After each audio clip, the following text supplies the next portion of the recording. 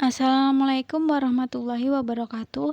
Di sini kami dari kelompok 8 kelas IPA 2 akan menyampaikan materi mengenai penilaian unjuk kerja. Tugas ini disusun untuk memenuhi mata kuliah evaluasi pembelajaran IPA yang diampu oleh dosen kami Bapak Siswanto. Kelompok 8 beranggotakan 6 orang, yaitu Viana Nur Zulaihah, Anissa Tri Amarwati, Muhammad Abdan Sakura, saya Aisyah Kirawati, Ahmad Kirom, Ismauldi Kusniati. Pembahasan yang pertama adalah mengenai penilaian tertulis. Penilaian tertulis merupakan penilaian yang dilakukan dalam bentuk tes tertulis.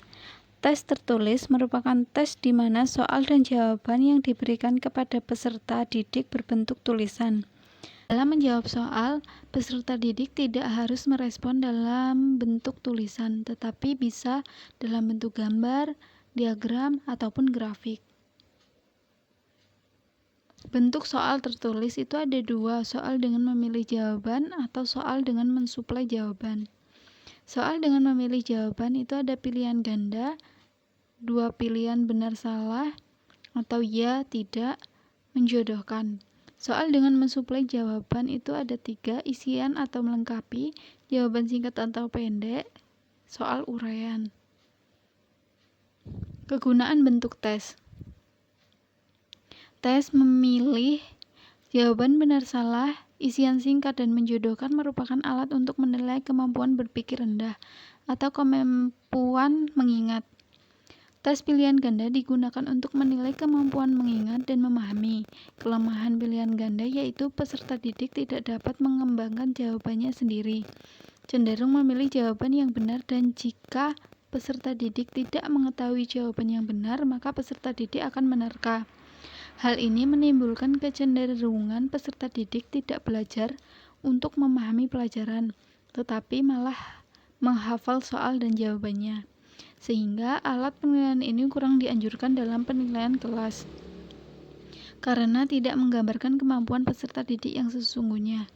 Tes tertulis uraian adalah alat penilaian yang menuntut peserta didik untuk mengingat, memahami, dan mengorganisasikan gagasannya atau hal-hal yang sudah dipelajari dengan cara mengemukakan dan mengekspresikan gagasan tersebut dalam bentuk uraian tertulis dengan menggunakan kata-katanya sendiri. Sehingga alat ini dapat digunakan untuk menilai berbagai jenis kemampuan, misalnya mengemukakan pendapat dan juga berpikir logis serta menyimpulkan. Kelemahan dari uraian tertulis adalah cakupan materi yang ditanyakan terbatas. Ruang lingkup penilaian tertulis ada 6, yaitu pengetahuan, pemahaman, aplikasi, analisis, sintesis, dan juga evaluasi. Penyusunan instrumen penilaian. Penentuan tujuan memiliki tujuan untuk mengetahui penguasaan materi pelajaran peserta didik setelah diajarkan.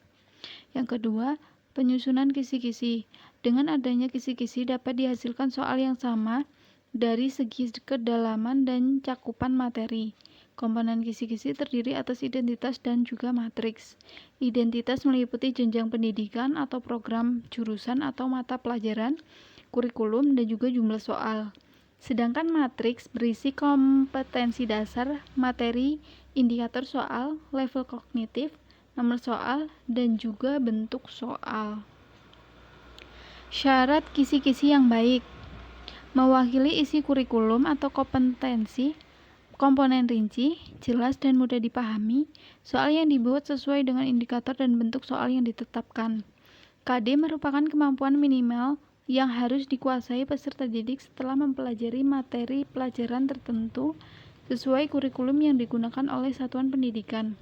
Dari KD tersebut dapat diidentifikasi materi yang akan diujikan dan dirumuskan indikator soalnya. Penyusunan instrumen penilaian yang ketiga yaitu perumusan indikator. Indikator soal dibuat untuk melihat ketercapaian kompetensi dasar yang dituntut dalam kurikulum. Syarat indikator yang baik itu memuat ciri-ciri kompetensi dasar yang akan diukur. membuat kata kerja operasional yang dapat diukur berkaitan dengan materi yang dipilih. Ada dua cara dalam merumuskan indikator, yaitu dengan menggunakan stimulus dan juga tanpa stimulus. Penyusunan instrumen yang keempat yaitu penulisan soal dengan memperhatikan 4 aspek, diantaranya urgensi. Secara teoritis, materi yang akan diujikan mutlak harus dikuasai peserta didik. Yang kedua, relevansi. Materi yang dipilih sangat diperlukan untuk memahami bidang lain. Yang ketiga, kontinuitas. Materi yang dipilih merupakan materi lanjutan atau pendalaman materi dari yang sebelumnya pernah dipelajari dalam jenjang yang sama maupun antar jenjang. Yang terakhir, keterpakaian. Materi memiliki daya terap dan nilai guna yang tinggi dalam kehidupan sehari-hari. Penulisan soal juga harus memperhatikan kaidah penulisan soal. Materi yang selanjutnya adalah tentang penilaian proyek. Pengertian penilaian proyek adalah penilaian berbasis kelas, biasanya dilakukan pada mata pelajaran tertentu. Penilaian proyek dilakukan secara kontekstual dan komprehensif dan berorientasi pada pengembangan kompetensi siswa. Penilaian proyek menekankan pada proses dan produk. Penilaian proyek dikerjakan selama periode waktu tertentu. Haryati dalam bukunya yang berjudul Model dan Teknik Penelitian mengungkapkan bahwa penilaian proyek memiliki kelebihan, diantaranya adalah merupakan bagian internal dari proses pembelajaran terstandar, bermuatan pedagogis, dan bermakna bagi peserta didik. Memberi peluang kepada peserta didik untuk mengekspresikan kompetensi yang dikuasainya secara utuh, lebih efisien, dan menghasilkan produk dan memiliki nilai ekonomis. Yang terakhir, menghasilkan nilai penguasaan kompetensi yang dapat dipertanggungjawabkan dan memiliki kelayakan disertifikasi. Adapun kriteria dalam menentukan materi yang dijadikan sebagai bahan penilaian proyek yang dipersiapkan oleh guru adalah dapat digunakan untuk mengukur secara jelas mengenai hasil belajar yang telah ditetapkan sesuai dengan tujuan instruksional. Yang kedua, dapat digunakan untuk mengukur sampel yang representatif dan hasil belajar dan bahan pelajaran yang telah diajarkan. Yang ketiga, mencakup macam-macam bentuk soal yang cocok untuk mengukur hasil belajar yang sesuai dengan tujuan. Yang keempat, didesain sesuai dengan kegunaan untuk memperoleh hasil yang diinginkan. Dan yang terakhir, dibuat seefektif mungkin sehingga mudah diinterpretasikan dengan baik. Pengembangan penilaian proyek. Dalam proses pembelajaran tertentu, tidak semua bentuk penilaian akan cocok dengan materi atau kompetensi yang akan dicapai. Akan tetapi, sebisa mungkin bentuk penilaian yang digunakan dapat mencakup ranah kompetensi, yaitu kognitif, afektif, dan juga psikomotorik. Dengan begitu, penilaian yang dilakukan oleh guru dapat terlaksana secara komprehensif, dan dari beberapa jenis penilaian yang telah dijelaskan, salah satu jenis penilaian yang cukup komprehensif mencakup ketiga ranah tersebut adalah penilaian proyek. Pada tahap penyajian data, setidaknya terdapat sistematika penulisan yang terdiri dari yang pertama, pendahuluan. Pendahuluan ini memuat dasar pemikiran dan strategi menjawab permasalahan. Kedua, pengumpulan data. Ketiga, bagian inti. Keempat, kesimpulan. Kelima, daftar bacaan yang berisi sumber-sumber bacaan yang relevan dengan masalah berbasis proyek. Dan yang terakhir, lampiran. Selanjutnya, tahapan-tahapan dalam membuat penilaian proyek antara lain, pada tahap pelaksanaan, siswa dituntut untuk merumuskan pokok permasalahan yang nantinya akan diteliti atau diamati. Selain itu, pada tahap perencanaan ini, siswa juga membuat jadwal pelaksanaan proyek, tempat lokasi, alat dan bahan, dan lainnya sesuai dengan instruksi dari guru pembimbing. Langkah selanjutnya adalah pengorganisasian data yang telah dihimpun dari lapangan kemudian dikelompokkan sesuai dengan pokok-pokok permasalahan dalam proyek tersebut. Setelah data dianalisis sampai pada pengambilan kesimpulan, langkah selanjutnya adalah menyusun laporan atau menyajikan data.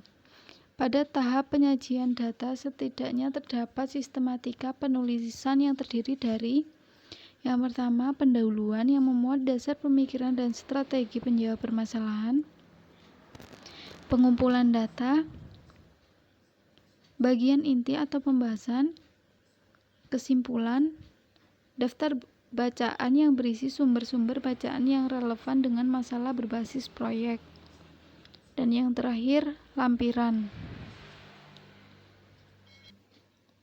Teknik scoring penilaian proyek ada 3. Yang pertama, kemampuan dalam pengelolaan kemampuan peserta didik dalam memilih topik, mencari informasi, mengelola waktu dalam pengumpulan data, serta penulisan laporan. Yang kedua, relevansi kesesuaian materi pelajaran dengan mempertimbangkan pengetahuan, pemahaman, dan juga keterampilan dalam proses belajar.